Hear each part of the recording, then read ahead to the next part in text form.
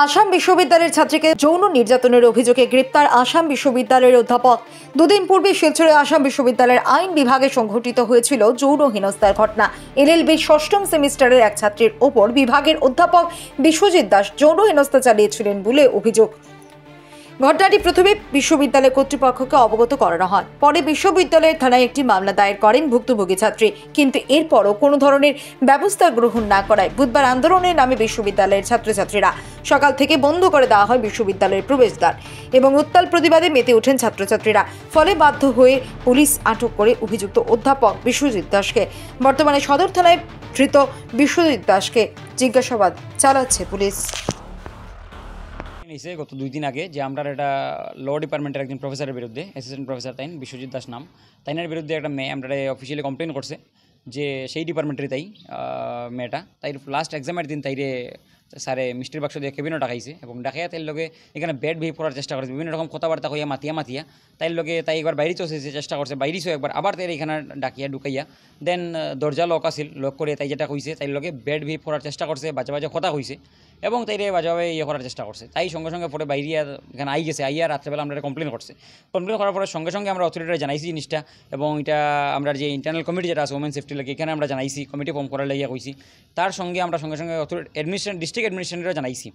তারপরে আমরা অথরিটির থেকে যখন দেখছি অথরিটির লগে আছে কইছে আমরা সঙ্গে কাজ করছে, বাট কোনো অ্যাকশন তাইনের উপরে না। সঙ্গে সঙ্গে আমরা ম্যাটার সঙ্গে নিয়ে আমরা কালকে আমরা এফআইআর একটা দিছি এখানে, বাট দেওয়ার পরেও আমরা দেখছি রাত্রে কেউ তাইয়ের যে লিস্ট আছে তার উপরে কিছু অ্যাকশন নেওয়া হয়েছে না। তারপরে আজকে সকালে গিয়ে আমরা আবার কইছি যে তাড়াতাড়ি আমরা সময় তারা একদম সকাল অবধি, কারণ স্টুডেন্ট এটা মানিয়ে নিতে পারতো না কোনো সময়। আমরা ইউনিয়ন থেকে স্ট্রংলি দেন মেসেজ দিছি যে যদি ওখান তারা কিছু করা হয় না, তাড়াতাড়ি যে লিস্ট আছে তারা উঠে নেওয়া হয় না, তাইলে আমরা প্রোটেস্টে যাইমু। দেন আমরা ডিস্ট্রিক্ট অ্যাডমিনিস্ট্রেটর একদম হায়ার অথরিটিরও জানাইছি। লাস্টলি গিয়ে এসপি স্যারের জানানোর পরে আমরা এখানে প্রোটেস্ট করছি। আমরা অথরিটিরা কইছে তাড়াতাড়ি হেরে এখানে বাইরে দিতে লাগবে এবং তারা ধরতে লাগবে। প্রোটেস্ট করার পরে তারা সঙ্গে সঙ্গে এরপরে আইসে পুলিশ, তারাও ধন্যবাদ। প্রোটেস্ট করার সঙ্গে সঙ্গে তারা আইসে এবং আইয়া তারপরে হেরে এখান থেকে ধরিয়ে নেওয়া হয়েছে। এটার লাগিয়া ধরিয়ে নেওয়া হয়েছে, এটা শেষ নাই। আমরা চাই তার যতটুকু বেস্ট থেকে বেস্ট তার ম্যাক্সিমাম লেভেলে সাজা যেটা, কারণ এটা ইউনিভার্সিটিতে আগে হয়েছে, আমরা জানি এরকম, আপনারাও দেখছেন আগে ইউনিভার্সিটি এরকম হয়েছে এবং স্টুডেন্ট প্রোটেস্ট করিয়ে কিন্তু স্টুডেন্ট এরকম সাজা দেওয়া হয়েছে। বাট তারপরে এরকম মানসিকতা যদি টিচার স্টুডেন্টের যে এই যে একটা সম্পর্ক আছে, এই জিনিস যেটা মা বাবার সঙ্গে ছাত্রের সম্পর্ক থাকে, এইটা টিচার স্টুডেন্ট অ্যাটলিস্ট এটা হইতে লাগে না। এই মানসিকতা যেহেতু ওখানে জান না, আমরা এত কিছু করার পরে আগেও এরকম হওয়ার পরেও এইবার এরকম একটা স্টেপ নিতে লাগে। অথরিটির আমরা কইরাম এমনভাবে অথরিটি একটা স্টেপ নিত, নেক্সটে কোনোকে যার মানসিকতা থাকেও ভিতরে ওই ভিতরে ঢুকে দিত, আর বাইরে নিয়ে যাতে ক্ষমতা তারা থাকে না। যতদিন আমরা ইউনিয়ন আছে, এখানে আমরা ইউনিয়নের সব মেম্বাররা আছে, প্রেসিডেন্ট আমি আছে, ভাইস প্রেসিডেন্ট, জিএস এজিএস সব এখানে আছে।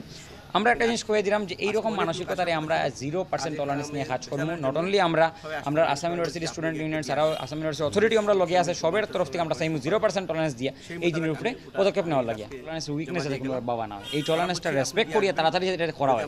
কারণ যদি এরকম হয়, গতকাল কি আমরা জানি একটা মেডিকেল ইউনিভার্সিটিতে ওয়েস্ট বেঙ্গলে যেটা হয়েছে, এটা নিয়ে আমরা গতকাল কি এটা আমরা প্রোটেস্ট করছি, এখানে আমরা ক্যান্ডেল লাইট করছি। তারপরে ওইসব জিনিস আমরা এখানে হয়ে যাওয়ার লগে আমরা দেখলাম এই জিনিসগুলো কোনোভাবে আমরা টলারেট করতাম না। এটা কিন্তু আমরা উইকনেস যাতে বাবা না, আমরা পিসফুল প্রোটেস্ট করা, এটা পিসফুল প্রোটেস্ট থেকে পরে এটা পিসফুল নাও থাকতে পারে। স্টুডেন্টে কোনো সময় যখন আমরা হাতে এটা থাকতো না পরে, তো এই জিনিসটা আমরা স্ট্রিক্টলি যেটা চাইলাম এই পিসফুল জিনিসটা পিসফুলি যাতে আমরা এটার স্ট্রেংথ ভাবিয়ে নিয়ে আমরা এই জিনিসটা যাতে এটা সমাধান করা খুব তাড়াতাড়ি তারা খুব ভালোভাবে যাতে শাস্তি দেওয়া হয়, এটা আমরা আশা রয়ে গেল। আমরা টোটাল ইউনিয়নের তরফ থেকে এটা আমরা চাইলাম, যেটা সত্য মিথ্যা জিনিস যেটা আছে যাচাই করিয়া পারফেক্টলি জিনিসটা একদম করি সাজা যেটা দিতে লাগে এটা দেওয়া হয়। স্টুডেন্ট ল ডিপার্টমেন্টের স্টুডেন্ট, নাম রিভিল করলাম না এখন। তো আমরা চাই এটা, আমরা বিশ্বজিৎ দাস স্যারের যে ঘটনা করছেন এটা আমরা তীব্র নিন্দা জানাই।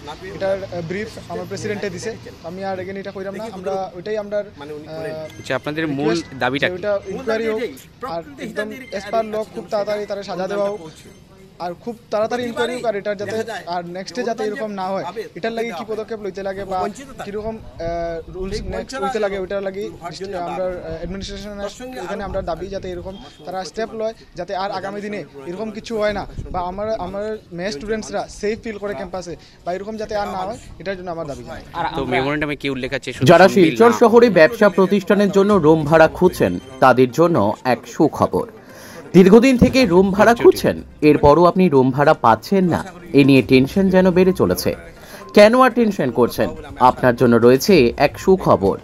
আপনি যদি শিলচর শহরে ব্যবসায়িক প্রতিষ্ঠান, bank, school, college, coaching centre অথবা এনজিওর জন্য রুম ভাড়া খুঁজছেন, তাহলে আপনার জন্য রয়েছে শিলচর সোনাই রোডের পেট্রোল পাম্পের বিপরীতে মেসার্স এসকে মার্কেটিংয়ের ওপরের তলায় প্রায় 3000 স্কয়ার বিশিষ্ট 3তলা একটি বিল্ডিং, যা আপনার যে কোনো ব্যবসা প্রতিষ্ঠানের কাজে লাগাতে পারবেন। তাছাড়া সোনাই রোডের শরৎপল্লীতে মেইন রাস্তা থেকে মাত্র 50 মিটার দূরে আনুমানিক 2500 স্কয়ার বিশিষ্ট আরও 3টি ফ্লোর রয়েছে। তাই আপনার ব্যবসা প্রতিষ্ঠানের রুম ভাড়া নেওয়ার জন্য আজই যোগাযোগ করুন 9435073722 এই নম্বরে।